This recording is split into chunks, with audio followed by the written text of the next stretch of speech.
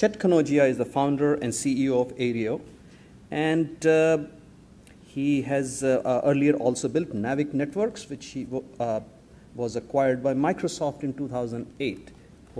Has done a lot of innovation, holds many patents, and is going to tell us what his secret is.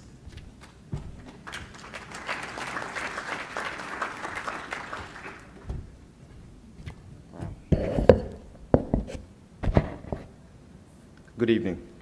Well, first off, I'm honored and humbled. There are a lot of people in this room whose my accomplishments pale in comparison to, so I'm really proud to be here.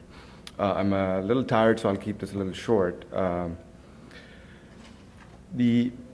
start with as I was talking to Shekhar, he said, think about spending 5 minutes, and I have such a short attention span that essentially sent me into for me to speak for 5 minutes, I would have to spend about 2 days writing. So I figured I'd plagiarize my father for most of it, because despite as much as I resisted my entire life, the man has had a tremendous amount of influence on me. But my start, and I'll start by introducing what I'm doing, what I do now. I started a company recently called Aereo, which was the entire purpose was to recreate how video distribution in this country works, which essentially means that I was bored and I wanted to take on a very meaningful challenge, which is, and I love taking on really, really large challenges, and in particular monopolies, because they tend to have large blind sides. I've sort of built a habit and a career out of doing that. So I decided to start what we hope will be how video distribution in the future is going to work, and you're not going to need cable TV.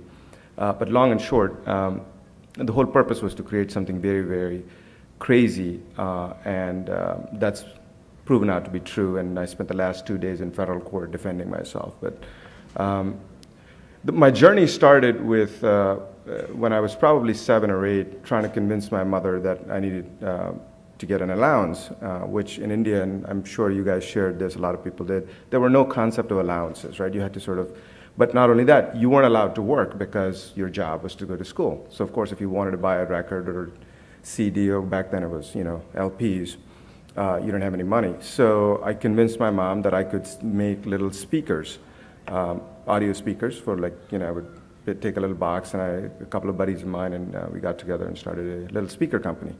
And we used to, make the speakers for about 25 rupees, sell them for about 100, 110. And they were little bookshelf speakers, because back then in the 80s in India, there was no concept of bookshelf speakers. And we sold a bunch and made a few bucks. And so that kind of got the buzz going. And then I convinced my mother that I had a great business plan, which was that I would buy a few VCRs. Back then, VCRs were very, very expensive in India, right? I think they used to cost 10,000 rupees. And so I wanted a loan from her so I could buy a bunch of VCRs, string cables in apartment buildings, and sell people a video-on-demand service. And so she looked at the business, and she said, well, and my mother, by the way, has 2 masters, one in physics and one in applied mathematics. She was sort of always a coach in my life. And she said, well, I don't think this is going to work, because I think people are just going to buy their own VCRs, and plus the amount of money you want is too much. Why don't you focus on getting into engineering school? So I said, so that plan didn't really go forward. But, I left, and but the idea that you could do something like that and create without any boundaries was deeply set in my life. And after I came to the US, got a graduate degree, I started a company which became the largest supplier of software and cable television. I pioneered a protocol that how to collect and transact data in cable networks. And I started the company in late 99, early 2000, and by the time I sold the company in 2008, we were in about 28 million set-top boxes in cable. And we were the largest collection source, processing source, and in fact, how the industry works is you become a de facto monopoly standard, if you will. And so the cable guys decided that I was getting too powerful and too important, so they decided to start a joint venture to compete with me. My own customers did. So, like a true entrepreneur, I turned around and found somebody who they could compete with, which was Microsoft at that point. I sold them the business. And just fast forward, I decided that I was going to start a new company, because my wife, who's here, decided that it was not productive to me to be sitting around at home and just playing golf. And this time I decided, and I always think in orders of terms of magnitude in terms of change, that I was actually going to take these guys back on and recreate a parallel system. So I started this company, Aereo, which you guys can read about. And it's really a fascinating concept. Of what we've done is miniaturized television antennas down to about this size. But instead of giving consumers antennas, we build them into large video arrays, switches essentially, and we put them in a central location in the city, and you can just go online and sign up and lease an antenna, a DVR, everything in the cloud from us for like $12 a month and get a high definition picture. Comparable cost from a cable company would be somewhere in the $100 range, right? So that was the mass disruption, which of course we knew was going to cause a whole lot of hubbub, and which is great. Progress only happens when those things. So splitting to the next part, and this I had to sort of go back, and I've been keeping notes lately because as I've been getting older and realized that what my father used to say was actually true. I'm trying to write all these things down so I can share them with my son now.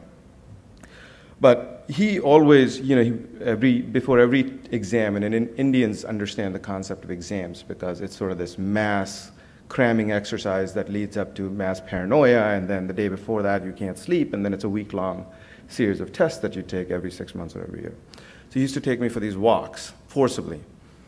And you know, he drilled some very, very core concepts in me, which I wanted to share with you because they've been very important guiding principles in my life, and I hope they are useful to you. The first thing he used to talk about was fear. Fear is the root cause of all problems we have in our lives. And fear is not, you know, I'm not afraid, I'm going to jump off a cliff. That's just plain stupid, right? Fear is not having knowledge, not really understanding who you are, not knowing what you want to do.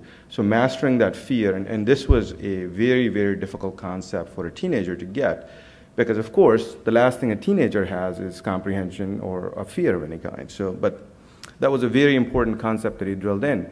And the crux of that was know yourself and reflect on what you've learned, because as you do that, which in engineering we call iteration, as you think about, you step back, you iterate in your mind, that reflection takes hold. That gives you the lack of fear that you really need to take on meaningful challenges in your life. The second thing, and I really hope I don't offend people, I know my wife's probably going to cringe at this one, but he really drilled into me, there are two types of people, creators, or what he used to call dalals, which are essentially brokers. And it is always better to be a creator because you're a much happier person. Everything, what you do is in your control. And so that built in an ethic of building something in my life. So I've always been driven by creating a product.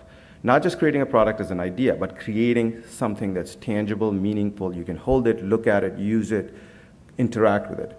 And that became a very, very sort of foundational, again, principle along with lack of fear. So you combine those two and say, understand what you want to do and build it. Don't just think about it. Build it. And if you build it right, the rest sort of just takes care of itself, and you know, paid managers can help you do other things in your life. But what you really created is something that nobody else can compete with, which is your product, and you reflect everything that you are in that. And the last thing that he taught me, which I struggle with still, but I hope to get better at it, is denial is the best thing you can do to yourself. Deny yourself, and by denying yourself, you're going to make yourself happier, which is, again, very, very counterintuitive. And you know, he used to walk around with this autobiography of a yogi, and various other books like this, which are like key yogic principles. He wasn't a practicing, you know, physically practicing, you know, guy weighed like 220 pounds or something. But the key idea that you deny yourself, and as I've been reflecting on that, it has come to me that the idea of denial is not a physical manifestations thing, you know, go buy the car, house, whatever, that's fine.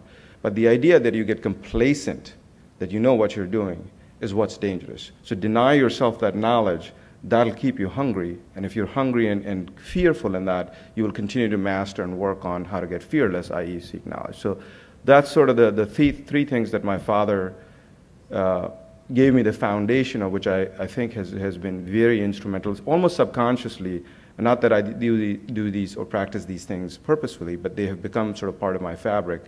And I thought that I'd leave you with those three things as something that's helped me in my life, and maybe might be useful to consider for yours.